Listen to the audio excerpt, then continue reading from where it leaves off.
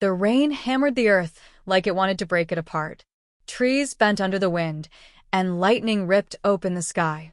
In the distance, through the thunder and chaos, came a sound, a desperate, piercing cry. Not human, not ordinary. It was the sound of a soul begging not to be forgotten. Emily Carter froze at her cabin window. She knew that sound. A horse's scream. Raw, terrified, fading fast. For a heartbeat, she wanted to believe it was just the storm playing tricks. But then she heard it again, clearer this time, and something inside her broke loose. She grabbed her coat, flashlight, and rope.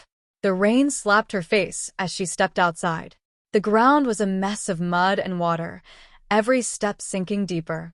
The night swallowed everything except the flash of lightning and the roar of the river below. "Hold on," she shouted into the darkness, though she couldn't see who or what she was shouting to. Her voice was lost in the wind. Another scream. Closer. Emily ran. Branches clawed at her arms. The beam of her flashlight trembled as she fought the storm, searching. Then she saw it, a chestnut horse, trapped in the raging current. The animal was tangled in barbed wire, struggling to keep its head above the flood. Her breath hitched. The horse thrashed, water crashing around it, eyes wide with terror. Every move sent more blood into the swirling brown water. "Oh no, no, no, no," Emily whispered, stumbling forward. The current was too strong. One wrong step and she'd be swept away. But she couldn't stand there and watch. "Easy, boy," she called out, voice breaking through the rain. "It's okay, I'm coming." The horse neighed again, weakly this time. Emily didn't think. She stepped into the freezing water. It hit her like knives, stealing her breath. The current tugged at her legs, trying to pull her under. She fought it, one step at a time. She reached the fallen tree where the wire was anchored. The horse's body slammed against it again and again, fighting to stay upright. Emily's flashlight beam caught his eyes. Wild, pleading, exhausted. "You're okay," she said softly. Her voice trembled, but she forced calm into it. "You're not alone." With shaking hands, she pulled the small knife from her pocket. The barbed wire was twisted tight around the horse's front legs. Every cut made the animal flinch. Every movement risked her balance. The rain made everything slippery, her grip, her footing, her hope. Thunder cracked. The water rose another inch. "Come on, please hold still," she whispered. "We can do this." The horse snorted, panic rising again. One powerful kick could end it for both of them, but Emily stayed close, murmuring softly, "You're not going to die tonight. Not while I'm here." A strand of wire snapped free. The horse jerked and screamed. Emily nearly lost her balance but caught herself against the tree. Another strand. Then another. Her fingers were numb, her knife slipping in her grasp. The river surged harder.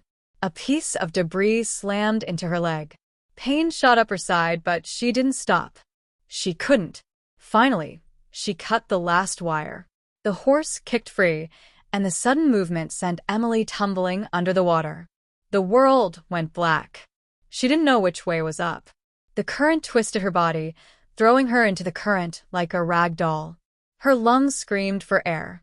Somewhere above, lightning flashed, showing her the surface. Too far, too fast. Then something hit her shoulder, a shape, solid and warm. The horse. She reached out, grabbing its mane.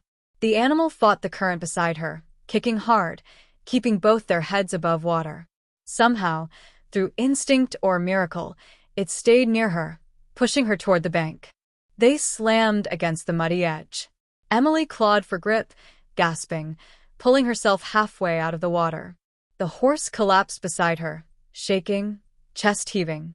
For a long moment, neither moved. The rain softened, thunder fading into the distance. Just the sound of their breathing filled the air, a human and a horse, both broken, both alive. Emily crawled closer, placing a trembling hand on the horse's soaked neck. "You did it," she whispered. "You're safe." The horse blinked slowly, eyes heavy with exhaustion. Its breathing steadied. Emily's body ached, every muscle screaming, but she didn't care. She looked at the dark sky above and let the rain wash over her face. Then she noticed something, a deep cut on the horse's shoulder, still bleeding. The barbed wire had torn him badly. He wouldn't survive the night without help. She turned toward the distant outline of her cabin, barely visible through the rain. It looked impossibly far. Emily took a deep breath. "Okay," she said softly, voice barely more than a whisper. "We're not done yet." She grabbed the rope she'd brought, tied it gently around the horse's neck, and began the slow, agonizing trek back towards safety. Every step was a battle, mud up to her knees, exhaustion gnawing at her strength. Halfway up the slope, she slipped and fell, rolling hard into the mud. The horse stopped, looking back at her with tired eyes, as if waiting. Emily laughed weakly through the pain. "You're really something, aren't you?"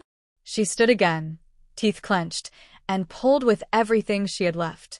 The flood roared behind them. Trees cracked in the distance. But Emily kept moving, one step at a time, soaked, shivering, and determined.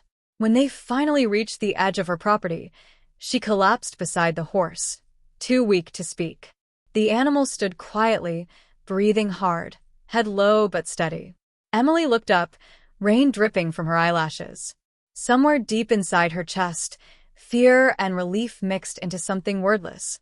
A promise, maybe, or just gratitude. And then, through the flicker of lightning, she saw something that made her heart stop. A shadow, moving at the edge of the trees. Watching them, the shape stepped closer, slow, deliberate. Not another horse. Something else. The storm wasn't the only danger that night. The figure in the darkness moved again, slowly, silently. Emily's breath caught. For a second, she thought her eyes were playing tricks in the fading light. Then the shape stepped closer, and her heart froze. It was a man. He wore a long coat, drenched from the rain, and his face was half hidden under a hood. In one hand, he held a lantern that flickered weakly in the wind. "Are you all right?" he shouted over the storm. Emily exhaled in relief, but her voice came out weak. "Help, please, he's hurt." She gestured to the horse lying beside her. The man rushed forward, kneeling beside the animal. The horse flinched, but didn't move. He took one look at the wounds and shook his head. "He's lost a lot of blood. We need to stop it now." Emily nodded, forcing herself to stay focused.